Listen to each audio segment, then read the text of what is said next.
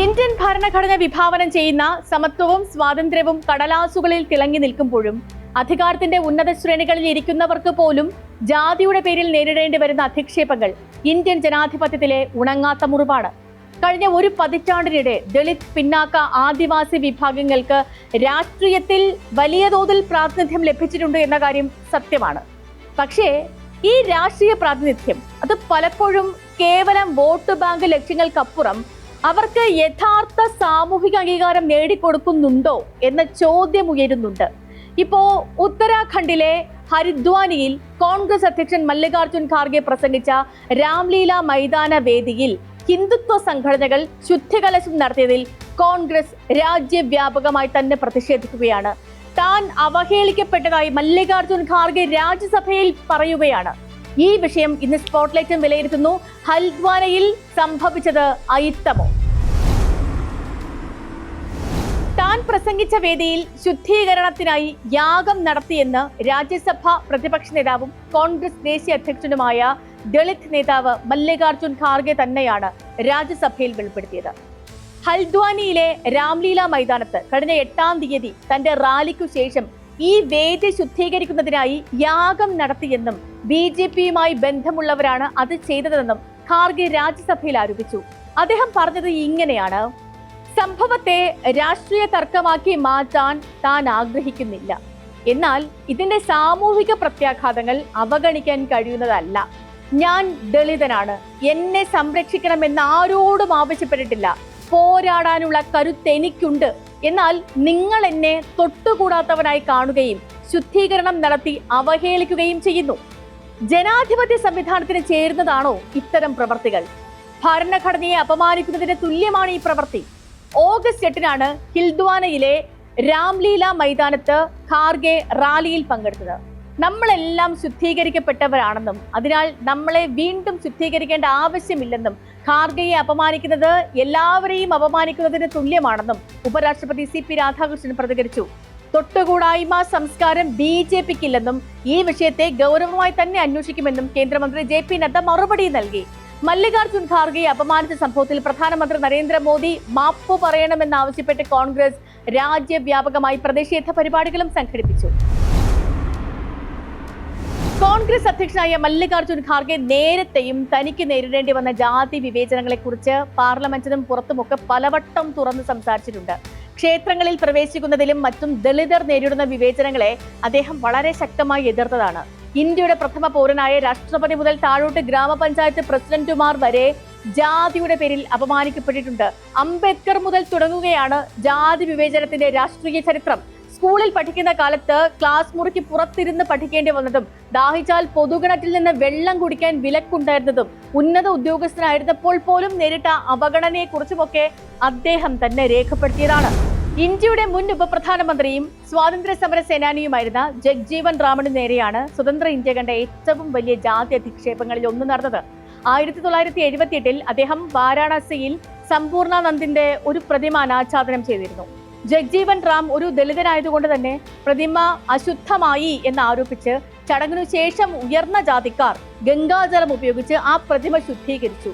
ഇന്ത്യയുടെ മുൻ രാഷ്ട്രപതി രാംനാഥ് കോവിന്ദ് 2018-ൽ ഒഡീഷയിലെ പ്രസിദ്ധമായ പുരി ജഗന്നാഥ ക്ഷേത്രം സന്ദർശിക്കാൻ പോയപ്പോൾ തടയപ്പെട്ടതും പുതിയ പാർലമെന്റ് മന്ദിരത്തിന്റെ ഉദ്ഘാടന ചടങ്ങിൽ രാഷ്ട്രപതിയായ ദ്രൗപദി മുർമു മാറ്റി നിർത്തപ്പെട്ടതും വിവേചനമായി വ്യാഖ്യാനിച്ചുകൊണ്ടുള്ള വിലയിരുത്തലുകളും വന്നതാണ്. ഇനി സംസ്ഥാനങ്ങളുടെ ഭരണത്തലവന്മാരായ ചില മുഖ്യമന്ത്രിമാർ അനുഭവങ്ങൾ പങ്കുവച്ചത് നമുക്ക് ഓർത്തെടുക്കാവുന്നതാണെന്ന് തോന്നുന്നു.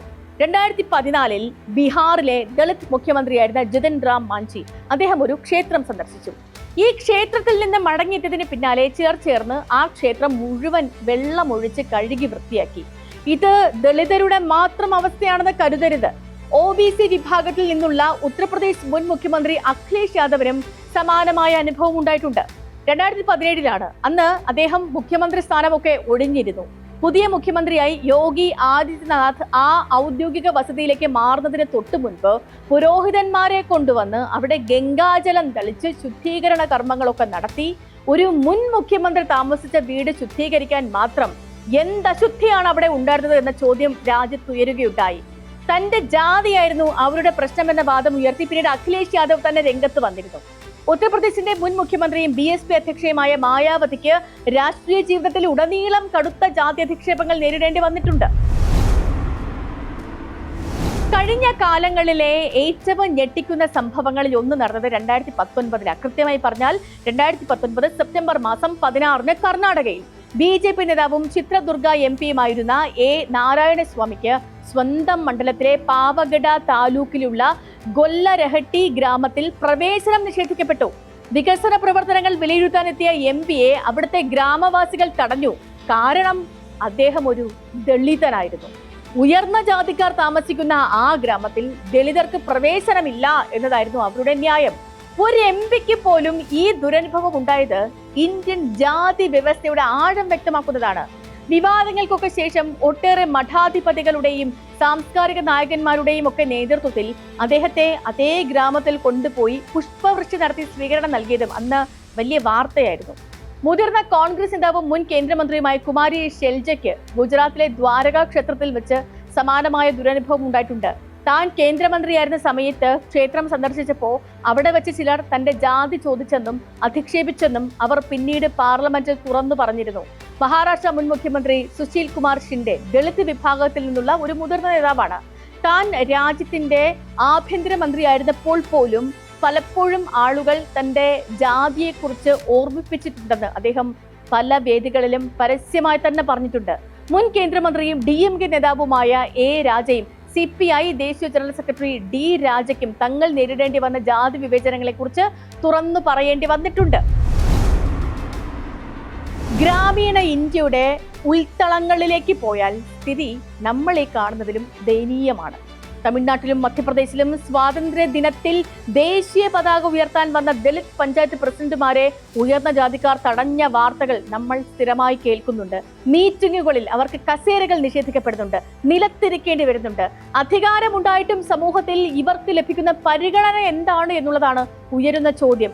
2020 തമിഴ്നാട്ടിലെ തിരുവള്ളൂർ ജില്ലയിലെ ആത്തുംപാക്കം ഗ്രാമപഞ്ചായത്ത് പ്രസിഡന്റായ V. അമൃതത്തിന് സ്വാതന്ത്ര്യദിനത്തിൽ പതാക ഉയർത്താൻ സവർണ വിഭാഗങ്ങൾ വിലക്കേർപ്പെടുത്തിയത് വലിയ വാർത്തയായിരുന്നു. കഴിഞ്ഞ 10 വർഷമായി ജാതി അധിക്ഷേപങ്ങൾ ഏറ്റവും കൂടുതൽ നടക്കുന്നത് സോഷ്യൽ മീഡിയയിലാണ്. ദളിത് വിഷയങ്ങളിൽ ശക്തമായി പ്രതികരിക്കുന്ന പലരും ജാതി അധിക്ഷേപങ്ങൾക്ക് ഇരയാക്കളാകുന്നുണ്ട്. അവരുടെ രാഷ്ട്രീയ നിലപാടുകളെ അല്ല പലരും വിമർശിക്കുന്നത്, മറിച്ച് അവരുടെ നിറത്തെയും ശരീരപ്രകൃതിയെയും ജാതിയെയുമാണ്. ഡിജിറ്റൽ അയിത്തം എന്ന് വിളിക്കാവുന്ന ഇത്തരം പ്രവണതകളും നമ്മുടെ നാട്ടിൽ നിന്ന് തുടച്ചു മാറ്റപ്പെടേണ്ടതുണ്ട്. ഇന്ത്യൻ പാർലമെന്റിലും നിയമസഭകളിലും ദളിത് പിന്നാക്ക വിഭാഗങ്ങളുടെ ശബ്ദം ഉറക്കെ കേൾക്കുന്ന ഒരു കാലഘട്ടമാണിത്. എന്നാൽ ഒരു ജനപ്രതിനിധി പങ്കെടുക്കുന്ന റാലിക്കു ശേഷം ശുദ്ധീകരണം നടത്തുന്ന സംഭവങ്ങൾ നൽകുന്ന സന്ദേശം വളരെ വ്യക്തമാണ്. നിയമങ്ങൾ കൊണ്ടോ രാഷ്ട്രീയ പദവികൾ കൊണ്ടോ മാത്രം ഇന്ത്യയിലെ ജാതി ചിന്തയെ ഇല്ലാതാക്കാൻ കഴിയില്ല. അതിന് സമൂലമായ ഒരു മാനസിക പരിവർത്തനം സാമൂഹിക തലത്തിൽ തന്നെ ആവശ്യമാണ്. അധികാരത്തിന്റെ പടവുകൾ കയറുമ്പോഴും പിന്നിൽ നിന്നും വിളിക്കുന്ന ജാതി പേരുകൾ അവസാനിക്കാത്ത കാലത്തോളം ഇന്ത്യ പൂർണ്ണാർത്ഥത്തിൽ ഒരു ജനാധിപത്യ രാജ്യമായി കാണാൻ കഴിയില്ല, അങ്ങനെ പറയാനും കഴിയില്ല. ഈ നിരീക്ഷണത്തോടു കൂടി ഇന്നത്തെ സ്പോട്ട്ലൈറ്റ് പൂർണ്ണമാകുന്നു. നാളെ മറ്റൊരു വിഷയമായി വീണ്ടും ഇതേ സമയം.